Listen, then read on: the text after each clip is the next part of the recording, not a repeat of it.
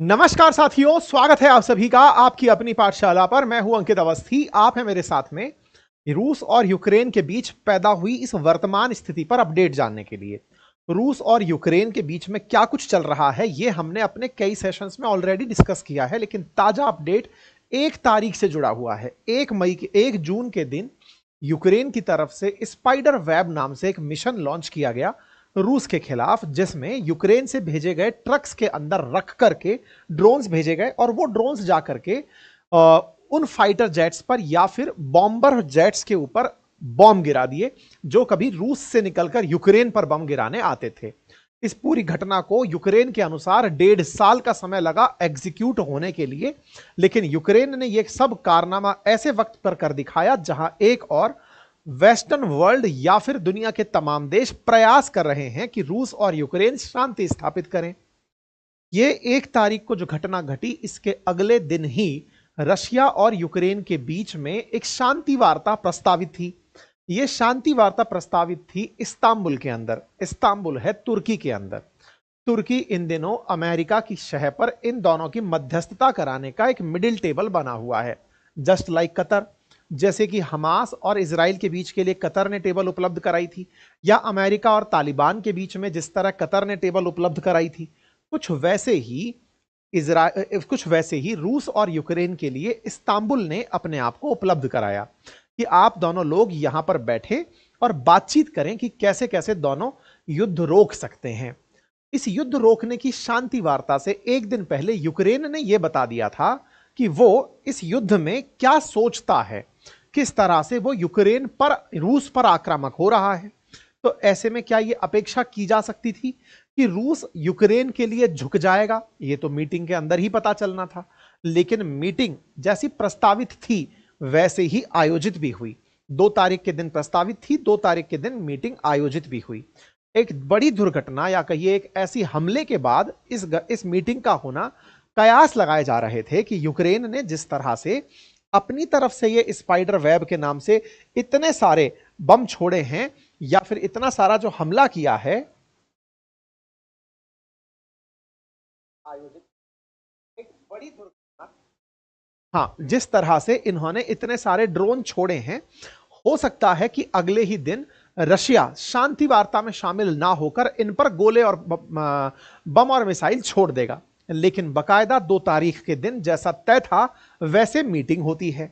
उससे पहले ही उसी समय पर यूक्रेन के अंदर जेलेंस्की उस व्यक्ति को जिसने ये अंजाम दिया था, इनकी सेना का जो हेड था, उसको सम्मानित करते हैं, उसको शाबाशी देते हैं।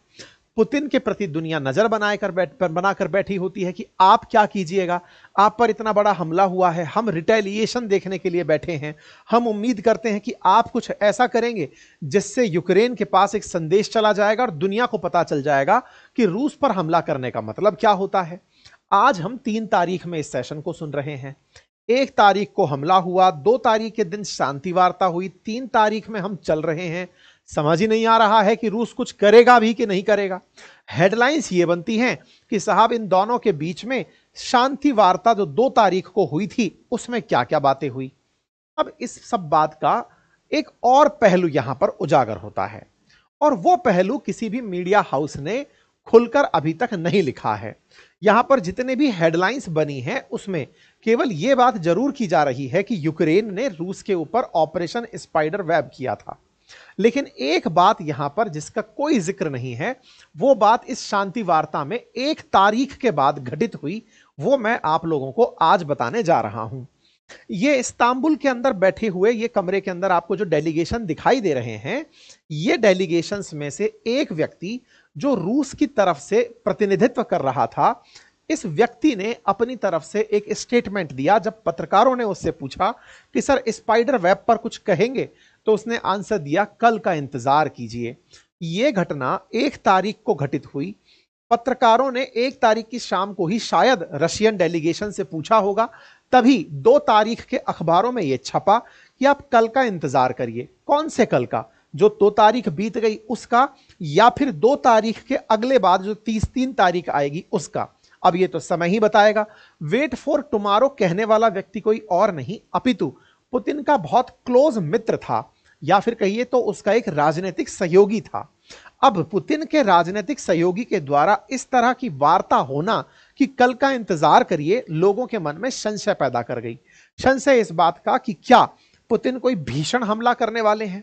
अच्छा, हमले के अंदर न्यूज छोटी भी हो तो वो बड़ी बन जाती है। जैसे अभी ताजा खबर जो आ रही है वो ये है, कुछ ही घंटे, 1 घंटे पहले की खबर है आपका सेशन शुरू होने से पहले, कि रूस ने किंजल नाम की एक मिसाइल है जो यूक्रेन पर दाग दी है। किंजल नाम की मिसाइल हाइपरसोनिक मिसाइल है, 10 मैक की गति से चलने वाली मिसाइल है और इसको इन्होंने पहली बार इस संघर्ष में यूज किया है। यह मिसाइल न्यूक्लियर कैपेबल मिसाइल है, यानी कि परमाणु बम ले जाने में सक्षम मिसाइल है। तो क्या हम यह मान लें कि पुतिन ट्रायल कर रहे हैं कि परमाणु हथियार चलाने के लिए मैं चेक कर लूं कि मिसाइलें कैसे चलेंगी, या फिर यूक्रेनियंस के लिए यह कॉमन बात है क्योंकि यूक्रेन के ऊपर रूस की तरफ से आए दिन हमले होते आए हैं। ऐसे में पुतिन का आज के दिन किंजल मिसाइल चला देना कोई सेंस तो नहीं रखता, लेकिन हेडलाइन बड़ी बनाता है कि पुतिन ने दाग दी किंजल मिसाइल जिसकी वजह से आ जाएगी तबाही। लेकिन वास्तविकता तो यह है कि जो अपेक्षित था आपको और हमको कि रिटेलिएशन में कुछ भीषण होगा, वो हुआ या नहीं हुआ, और हुआ और हमें पता नहीं चला, कुछ ऐसा तो नहीं हुआ। हाँ जी, कुछ ऐसा ही है जो आपको और हमको पता नहीं चला, मीडिया ने उसको इतनी हवा नहीं दी। क्या हुआ ऐसा?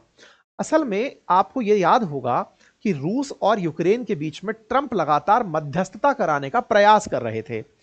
उसमें यूक्रेन पिछले लंबे समय से अपना एक 10 पॉइंटर एजेंडा लेकर आ जाता था।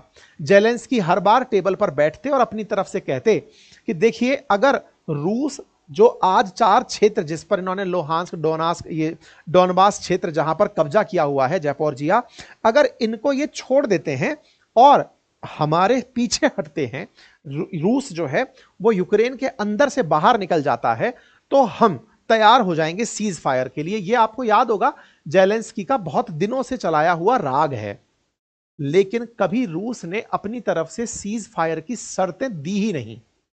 आज तक की बातें जितनी भी हुई हैं उनमें आज से पहले तक रूस की तरफ से रूस क्या चाहता है सीज फायर के नाम पर, यह कभी जनता के सामने नहीं रखा गया। लेकिन 2 तारीख यानी कि कल जो इस्तांबुल में बैठक हुई, उस बैठक में पुतिन की तरफ से आए हुए व्यक्ति ने यह बता दिया दुनिया को कि हम यूक्रेन से क्या चाहते हैं। यानी शांति वार्ता की अगर शर्तें आप लोग रखते ही हैं तो शांति वार्ता की हमारी शर्त क्या है। आप जानकर आश्चर्य करेंगे कि उस शर्त का अर्थ क्या है। अर्थ फिलहाल बता देता हूं, शर्त आगे बता दूंगा। अर्थ यह है कि रूस युद्ध नहीं रोकने वाला, रूस सीज फायर नहीं करने वाला, रूस भविष्य में भी यूक्रेन से ऐसा ही बर्ताव करेगा जैसा अभी कर रहा है। आप पूछेंगे कि यह सीज फायर के अंदर चर्चा हुई है? जी हां, रूस की तरफ से एक मेमोरेंडम दिया गया। असल मायने में जब ये लोग आपस में बैठकर टेबल टॉक करने आए तो 1 घंटे के अंदर ही बातचीत हुई। उस समय रूस की तरफ से प्रस्ताव दिया गया कि आपके जो लोग आप ही के क्षेत्र में मर गए हैं उन सैनिकों को हम डेड बॉडीज को आपको दे देते हैं, और हमारे सैनिक जो आपके क्षेत्र में मर गए हैं उनकी डेड बॉडीज हमें दे दो। बोले सर कितने दिन का सीज फायर? बोले 2 से 3 दिन पर्याप्त होंगे। मतलब रूस ने आते ही अपने मरे हुए सैनिक और यूक्रेन के मरे हुए सैनिकों की अदला बदली, बच्चों की अदला बदली, इसके लिए यहां पर बातचीत की। मात्र 2 दिन का सीज फायर कॉमन रूप से मांगा गया कि 2 दिन के भीतर भीतर सारी डेड बॉडीज को इधर उधर कर लो। यह बिल्कुल वैसे ही है जैसे जब रशिया यूक्रेन शुरू हुआ था और भारतीय छात्र वहां फंसे रह गए थे तो उनके लिए एक कॉरिडोर बनाने की बात थी। कुछ वैसा ही कॉरिडोर बनाने का यहां अनाउंसमेंट हुआ होगा कि डेड बॉडीज निकाल लो, बस इतना ही सीज फायर है। यूक्रेन और रशिया के बीच में ये जो डायरेक्ट पीस टॉक है ये इस्तांबुल में हो रही थी। तुर्की इसकी मध्यस्थता कर रहा था।